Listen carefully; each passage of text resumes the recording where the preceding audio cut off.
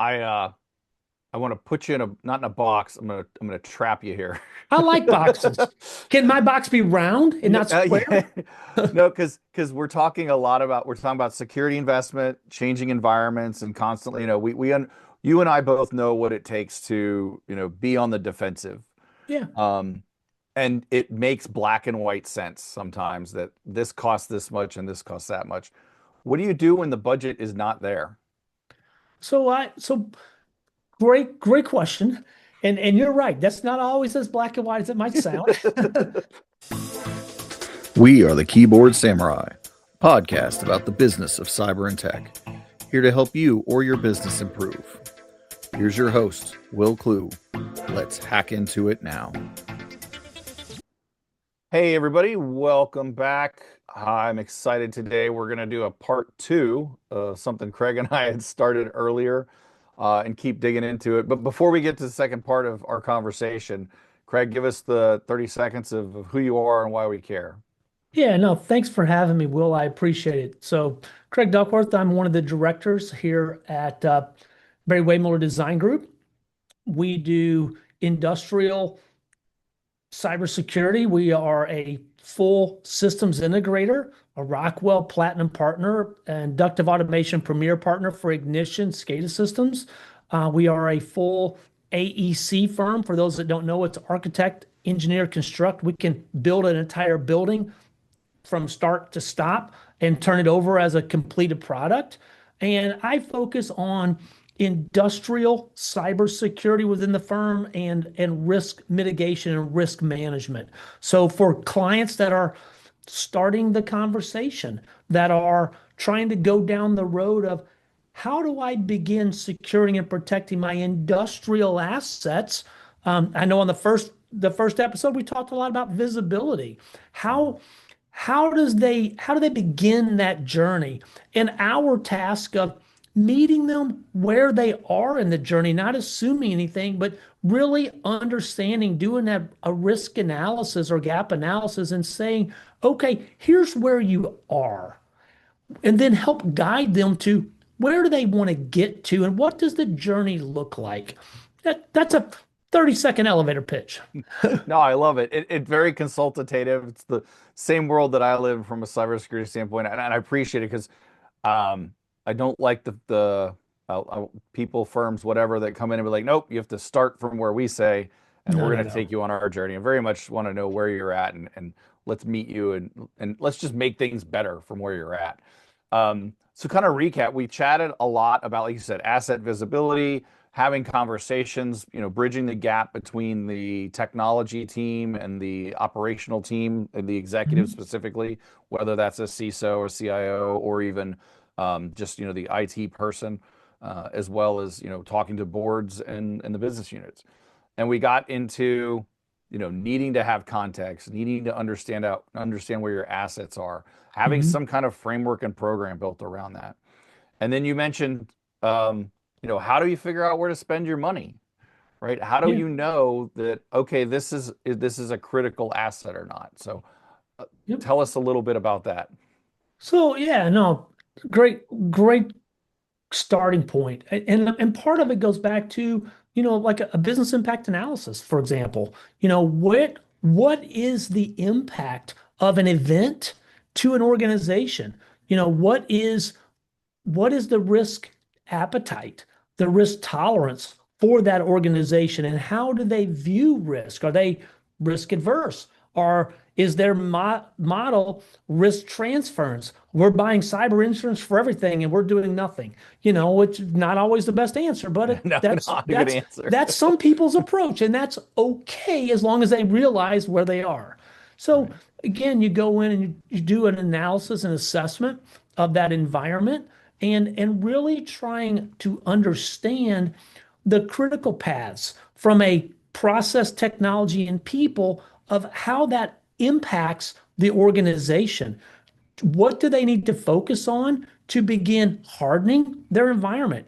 Can they put in mitigating controls? Or they have something already there? What does their internal controls look like to gauge and understand those processes as they're evaluating it? And really, like I said in the beginning, meet the client where they are. Understanding where they are and where they need to get to is critical in that process. There is no such thing as one size fits all when you talk about control environments and manufacturing. Mhm. And I think that you would agree with that. Yeah, yeah. Where to get to where you want to be. And I think it's important for anybody listening, watching, it's like, that's not just you as a consultant, me as a consultant. You're the IT cybersecurity people, and you need to get the business that you work for.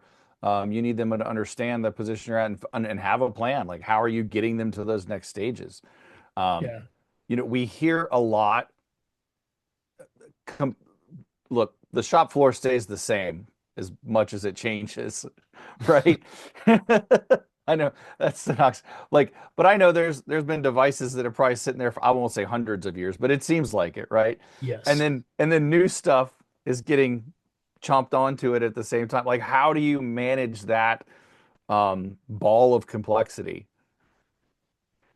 Great question. It's not easy, but with the right approach. So, in the manufacturing space, time, the the life expectancy, if you want to call it, Mhm. of assets is measured in decades, not years. So on the OT side, you mentioned assets have been around a long time. It could be like a very large press or machine that's 30, 40, 50 years old. Some of the technology that's there, PLCs that were introduced in the 80s are still being in production today in large numbers around the globe.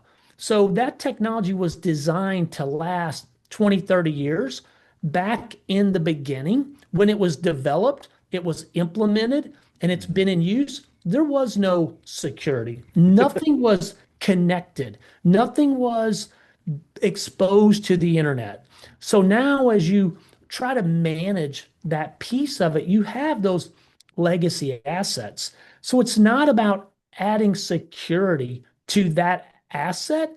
It's about how do you bring awareness to the environment that that asset is operating on? Has something new been interjected to that environment? Does something that's not supposed to be there is a new asset on how do you bring that and look at that from a holistic standpoint and begin putting, let's call them wrappers Mhm. around those assets to protect and shield them where you may not be able to, shy of completely replacing that asset, which may not be feasible in every Right. situation.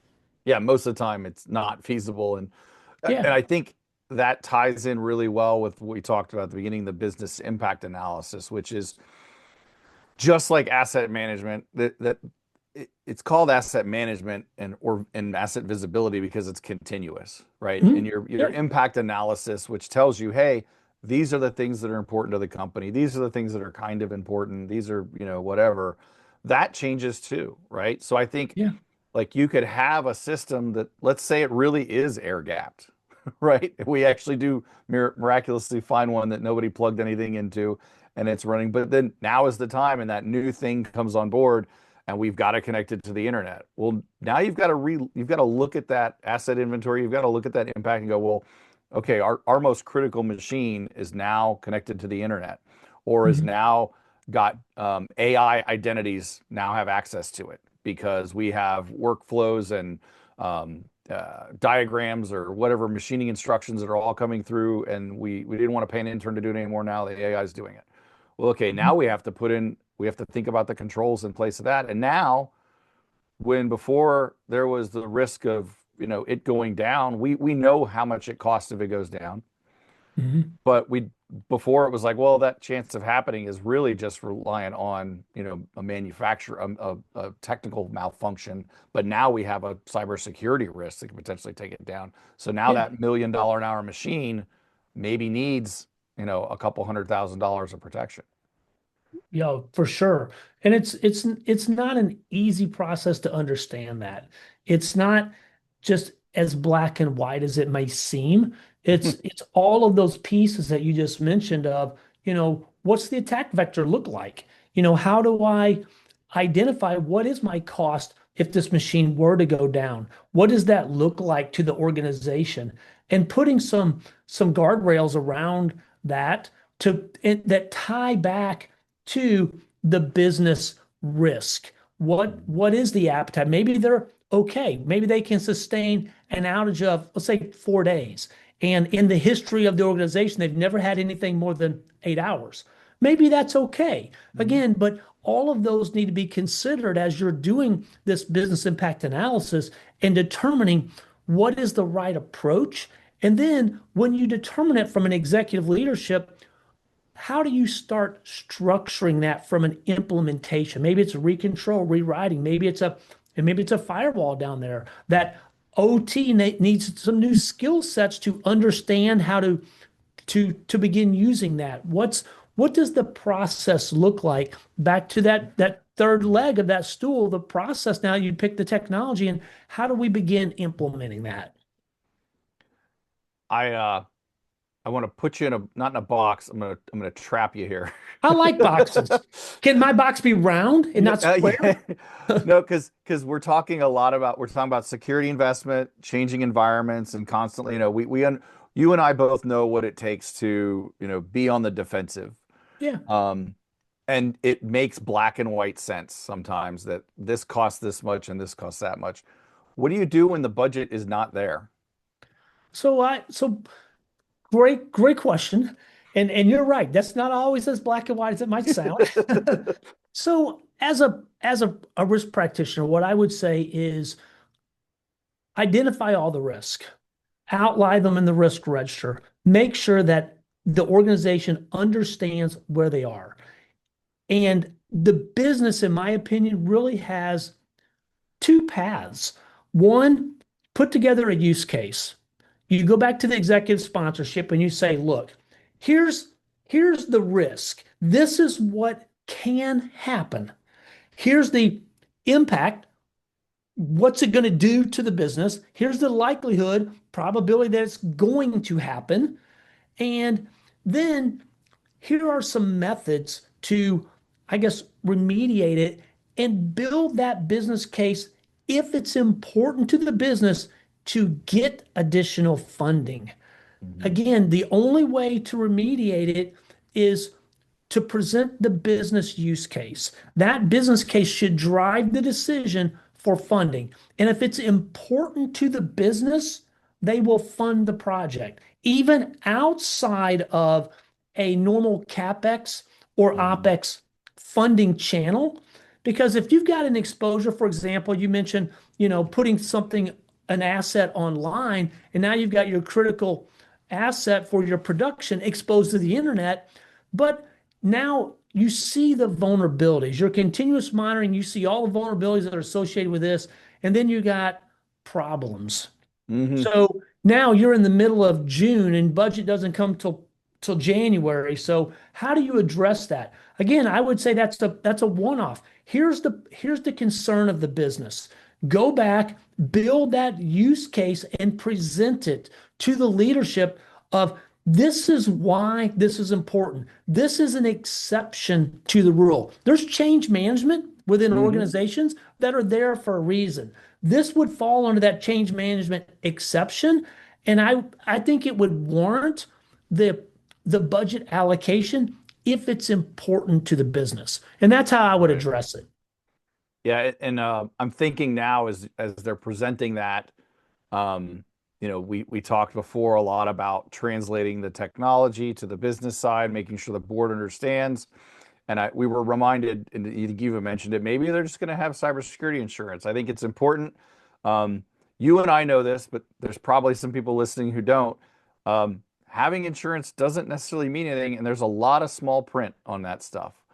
And I've definitely encountered several people who have said, oh, so if you're taking that to the board and be like, well, we have cybersecurity insurance, you probably want to know that before you present it.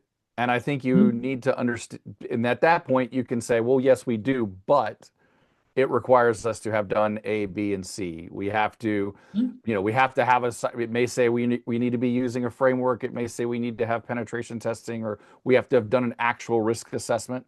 And again, in that risk assessment standpoint, when an insurance company, organizations who are built on auditing and assessing risk, Yeah. they know a risk assessment is not a vulnerability scan, and they know a risk assessment is not a compliance assessment. It means of the stuff we've talked about, quantifying, calculating, Mhm. manipulating all that stuff out, right? Insurance is not necessarily just going to be the savior for you.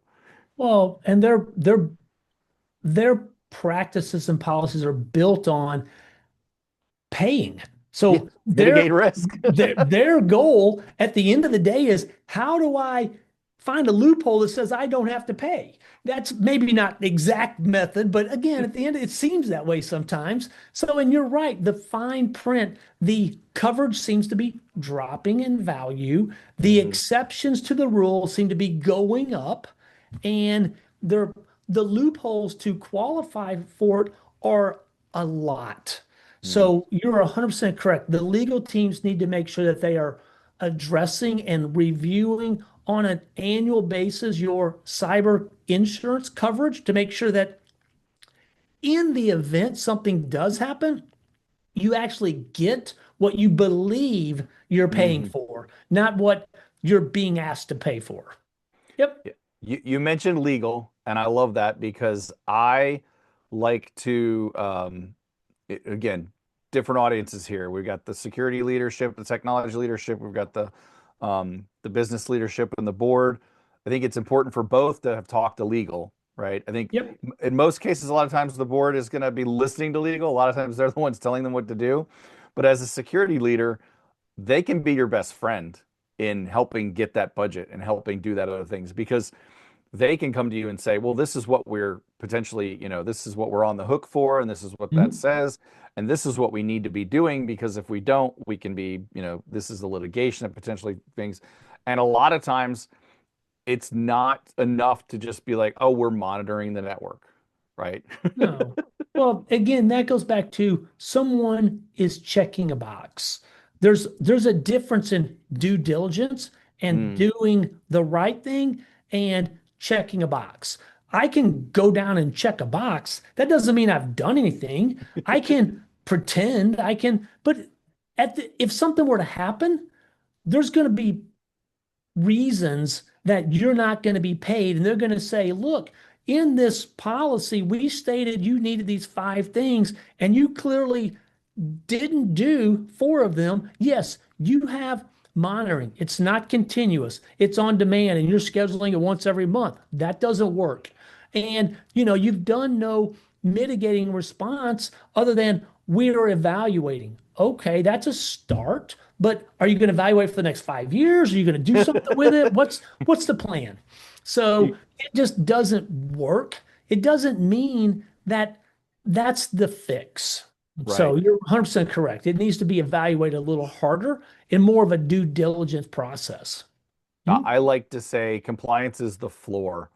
We talk about programmatic security, and in most cases, because we're on the conversation here with insurance Yeah. and just in general, like cybersecurity management requires that program. And if you come at things programmatically, you're Mhm. generally going to be in good shape. But that Yeah. means, okay, cool, I'm going to be compliant with the things I have to be. But those things, almost all compliance frameworks, and not cybersecurity frameworks, right? But stuff that's actually giving you a stamp and saying, I'm doing this, they're driven towards a specific area, right?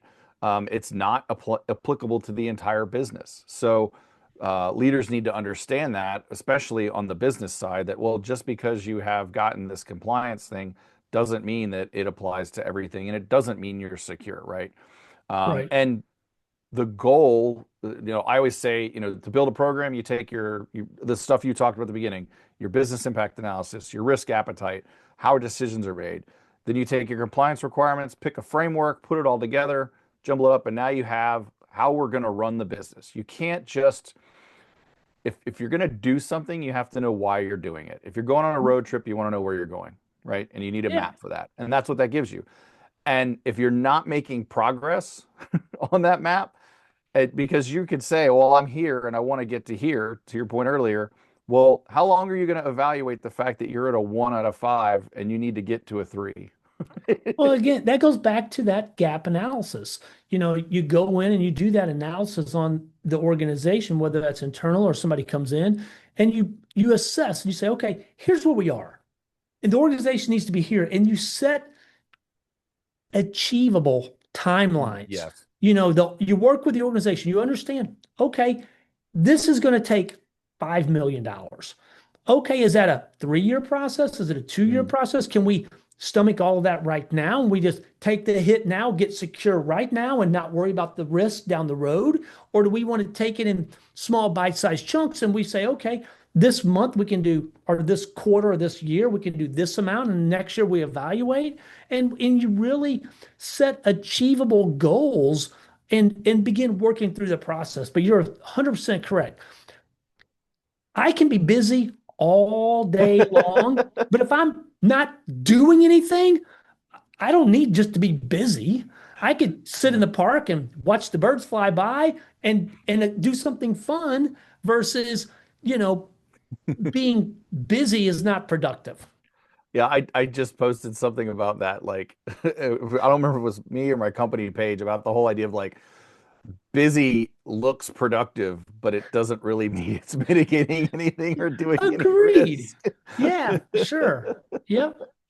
Yeah. Uh, so I do want, but to your point, to the stuff that you mentioned there, like that brings us all the way back to the beginning, which comes into the impact analysis and the criticality, Hmm. right? That whole idea of, all right, where do we need to invest our money?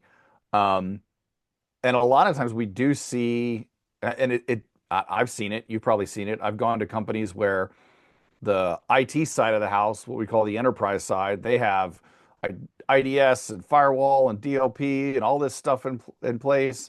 And then the OT environment, if they even call it an OT environment, Hmm. right, is Yeah. just down there, like doing its thing and funding the entire company, right, at the end of the Yeah. time.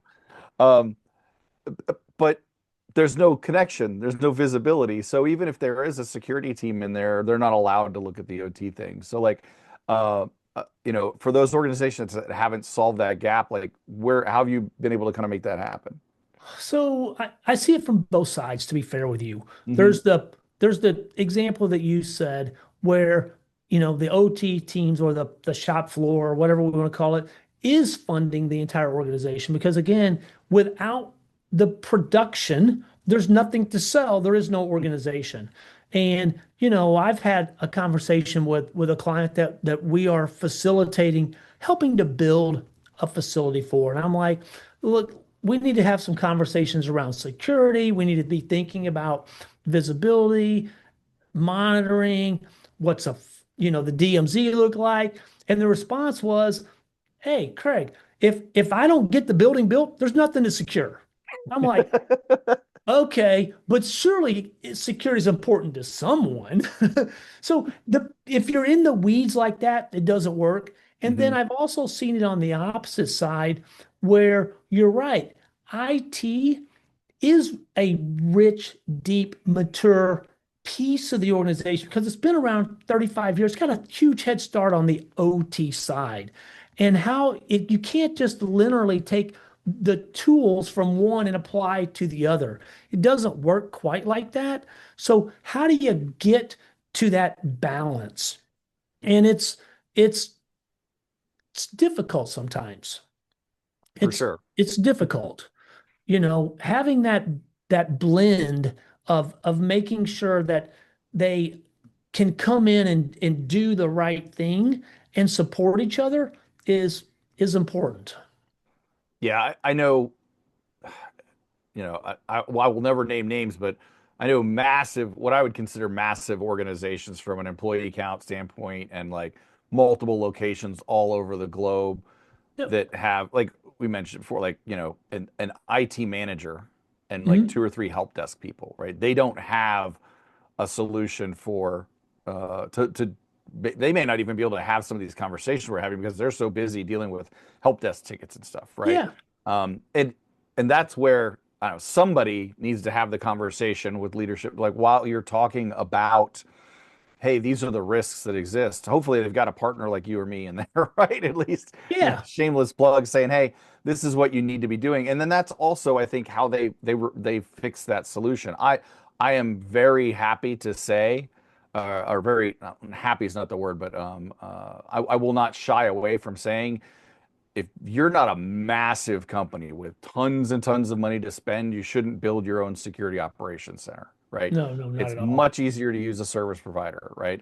And most of those service providers will also help you do this work, right? They will also have other Mhm. services that you get, and then you get a partner who basically becomes part of your team, and you don't have to hire, 50 people and three. You're already dealing with three shifts on the shop floor. Now you want your IT people to have to deal with three shifts on the Yeah. SOC. Again, there's no reason this organization is designed to to support people. We are here to help guide. There is between the partner ecosystem, the channel, the Mhm. systems integrators, the organizations that do this every single day, for organizations to try and go this alone makes no sense. Look at the model that IT's adopted over the last 20 years of outsourcing those services because they've Mhm. realized it's cheaper, more efficient, and sometimes better quality to have an organization that specializes on just instant response or Mhm. just third-party access or whatever it is. And because to build all those teams internally, super expensive and just doesn't make sense. Yeah, it's not something you don't have to go at it alone. And I can tell you, like, for me personally and the firm I work for, like, I will tell you everything you need to know. There's no gatekeeping. There's no, like, if you want to know the secrets and you want to go build it yourself, I'll give you the handbook and Yeah, you can go do it. If you need help, then we're here for you. Like, that's kind of how I look at it. Like, it's not rocket science. It right. is difficult. It does cost a lot of money. Mhm. But that is kind of how how you have to go about it sometimes. And the other part, something you mentioned about the talent. In Mhm. cybersecurity, there's no shortage of talent, right? There's Yeah. there's the challenge is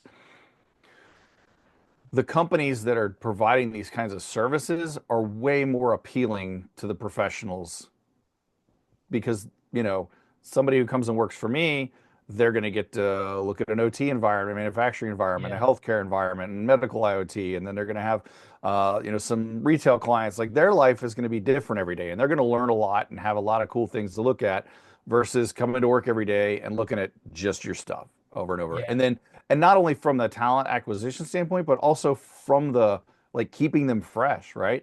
Well, it's difficult to look at your stuff and be objective. Exactly. That's why we bring in the You have third a party. very biased Yeah. opinion or a very biased view sometimes of your own environment. I go into my house at home. My house is always clean, in my opinion. Some of my neighbors or friends will come over, they're like, Craig, Yeah. this is a mess. I'm like, well, that's perspective. But again, that's reality. So it's how it's addressed.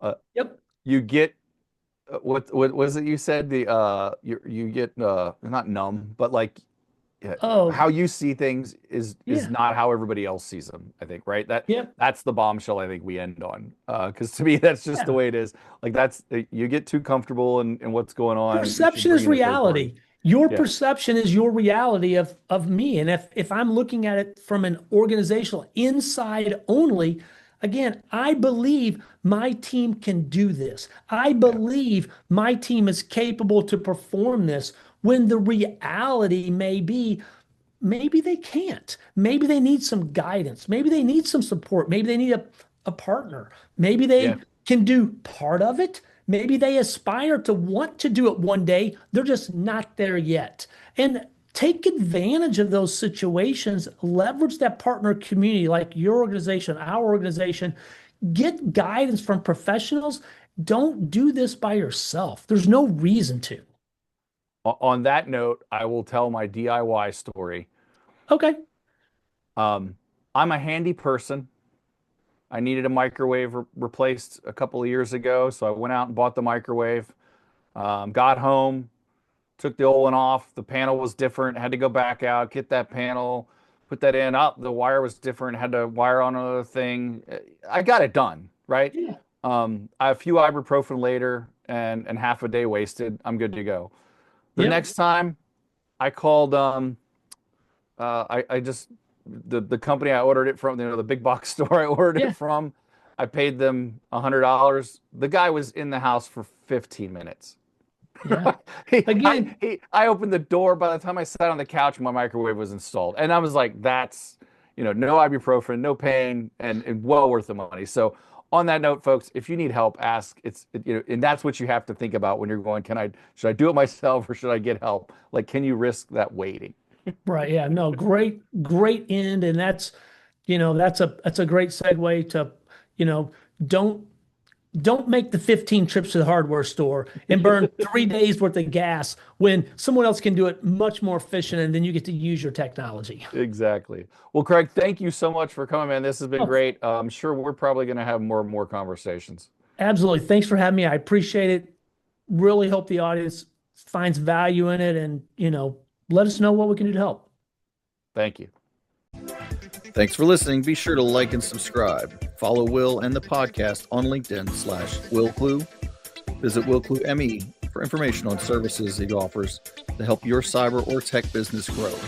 Until next time, Synaculator.